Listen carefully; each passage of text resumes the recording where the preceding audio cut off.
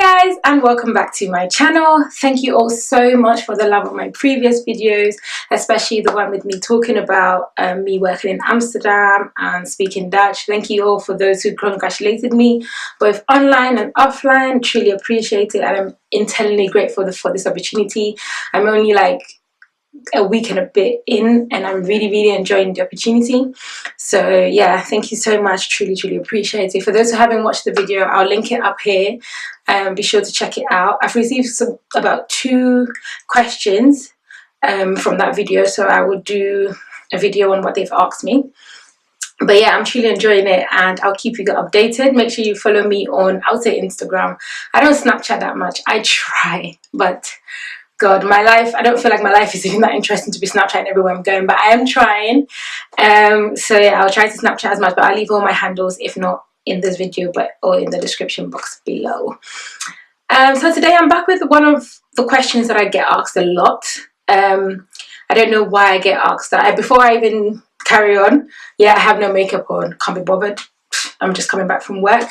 Secondly, I do wear glasses, for those asking. Of late, actually, I've noticed that my right eye is actually, I don't know whether it's getting worse. I don't want to say it's getting worse, but I suffer from astigmatism. So one eye is far-sighted, one eye is nearsighted. Yeah, don't ask me. Google it.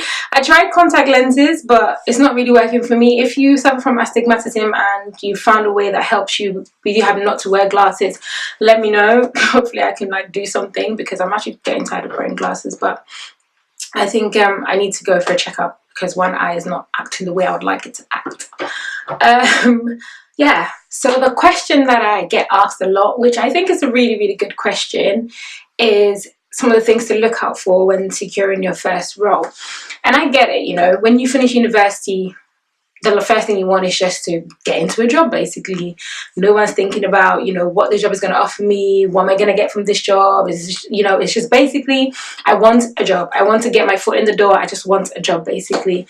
But if I could talk to my younger self, yes, there are a few things I would change, but that's life. Life is here for learning. But there are a few things that I would definitely look out for. And I was speaking to a friend of mine, actually, and I was telling her a few things that, you know, recruiters on the other end look out for, or an employer on the other looks out for, and also what she can also do on her end and ensure that she, you know, is an equal or leveled playing field. So I have 5 top tips that I'd like to share with you as to what to look for when securing your first role. So point number 1 is to prepare.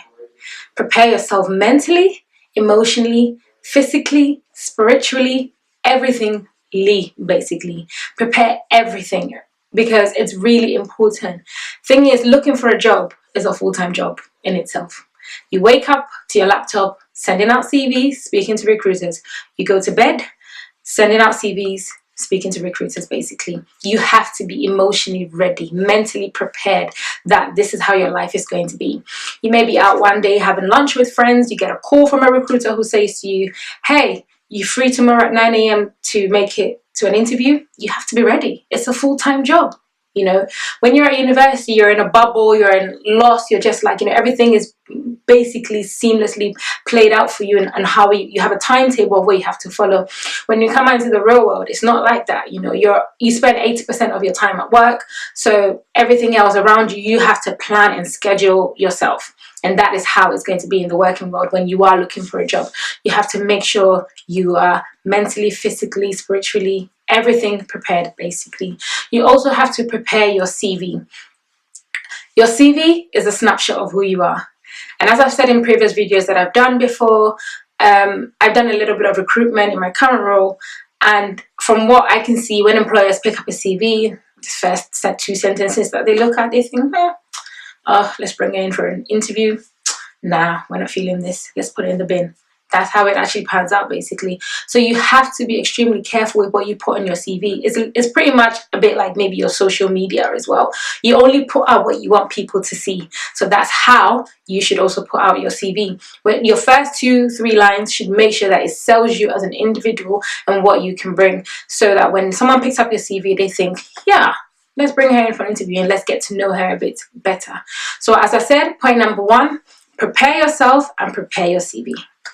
Now, point number 2, review the job description. I cannot stress this enough. Yes, you are looking for the job. Yes, you need the job, but at the same time, you need to make sure that the role is also suitable for you. You sign up to something and all you realize doing is that you're doing admin work, you're doing ad hoc work, or you're doing work that is not really suitable for your career path or your vision that you have in mind. You review the CV only to find out actually what you're doing is what should be on there. And your your job description actually helps you with your appraisal once you get into the job, because you'll be able to say, okay, in the first 6 months, according to my job description, this is what I meant to be doing. I feel like I have accomplished these tasks, but I haven't had the opportunity to look into these. So then you're able to say, okay, you know what? But if you don't look at the job description and they're giving you anything that comes, ad hoc work or admin work and is exactly what's on the CV, you can't tell anybody nothing, because this is what you signed up for.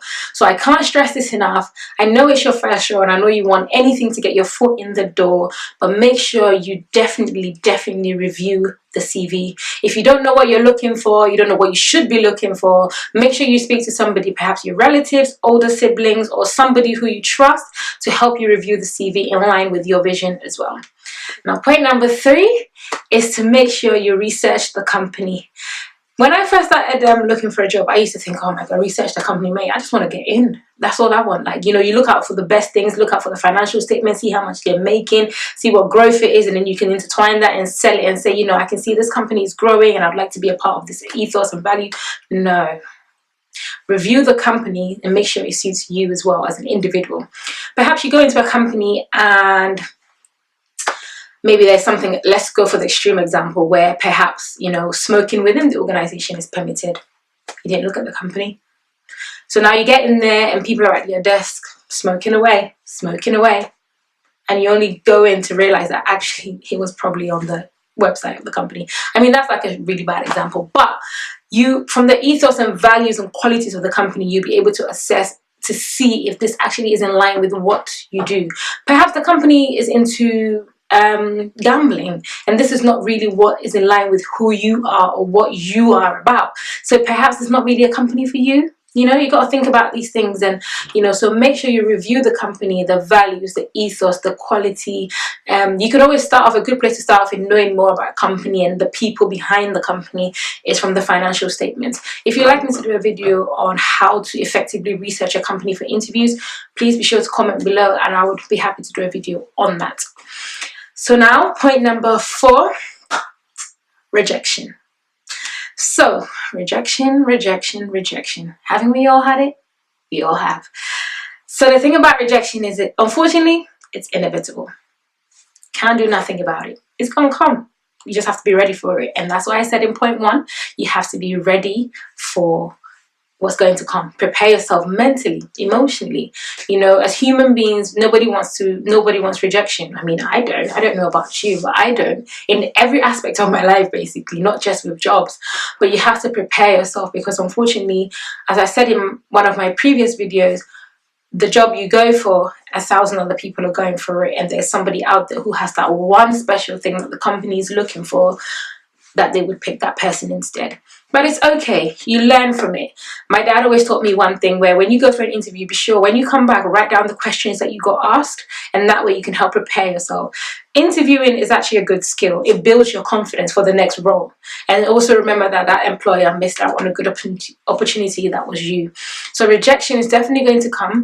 Prepare yourself for it. It's not the end of the world if you get rejected from a role. It just means that you didn't quite see what they were looking for, and they also didn't quite see what the potential that you have. Another employer would see that and would pick you up and help you grow and develop as you go. I did a video, I think it was my commercial awareness video, I'm not entirely sure, but I'll link it up below, above, where I talked about a career advice testimony that I had, where I got a rejection and I got called back a year later. So yeah, if you want to watch that, I'll link it up here somewhere or in the description bar below, and hopefully you can check it out. Now, my final point, which most of you are thinking, why didn't she mention it? Why didn't she mention it? Is salary. What should we be looking for?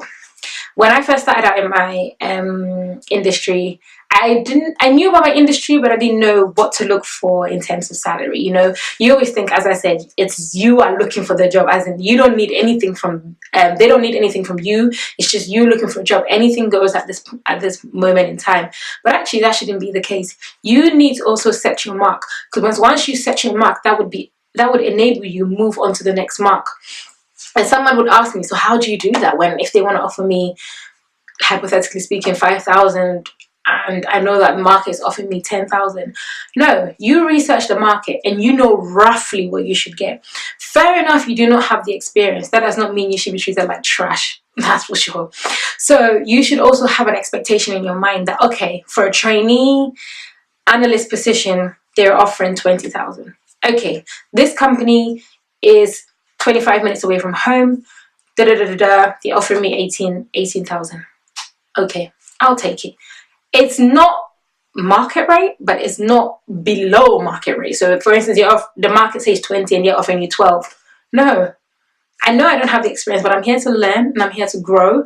So give me something that would actually give me something to lean on to. You know, you think about the benefits, think about the perks you're going to get there as well. You've got to factor that in. So for instance, if you're starting out on 15,000, but they're helping you with some professional studies course, they're going to pay for that. They pay for maybe your gym membership. They pay for you know, maybe using certain shops or having access to certain things. You get, excuse me, these little perks. Then you'll be able to think, okay, you know what, it's something I could go for, or it's something that is worth looking into. So in terms of salary, look at what the market is offering. LinkedIn is a good place to also email people who probably started out as the role that you're looking for and just say, hey, I just wanted to ask a quick question. No, don't just go straight like that. Just go, hey, I hope you're well. I'm applying for this role. I've secured an interview. I'm on the 3rd stage and I'm pretty sure they're going to discuss salary. I just wanted to know what your thoughts are on the expectation salary. Nobody's going to tell you it's 5K. They're going to say roughly, you know, 8K or something like that. Then you can also like round it around yourself and think, okay, you know what, perhaps the market is offering 20, but they're offering me 19 or 18 and it's actually beneficial for me. So I'm going to take this role. In as much as you need the role, they also need you. Remember that. I've had to learn this the hard way. You need them, they need you too. And so always be sure to put your mark and put yourself forward, because from that role of 18K, you'll be able to market yourself next time for a good 28K or 25K. Then market yourself for a good, you know, 35 or whatever you are looking for, what your market is offering. I'm so sorry I keep moving my hands, but yeah. So yeah, these are my top 5 tips that I think someone should look for or bear in mind when securing their first role or subsequent roles after that. Some of it would definitely apply. But if you'd like to see other videos about, you know, your career and what else you can do to help advance yourself in your career, please feel free to email me or comment below. I'll be happy to do a video on that. Thank you so much for watching and I'll see you in my next video. Take care. Bye.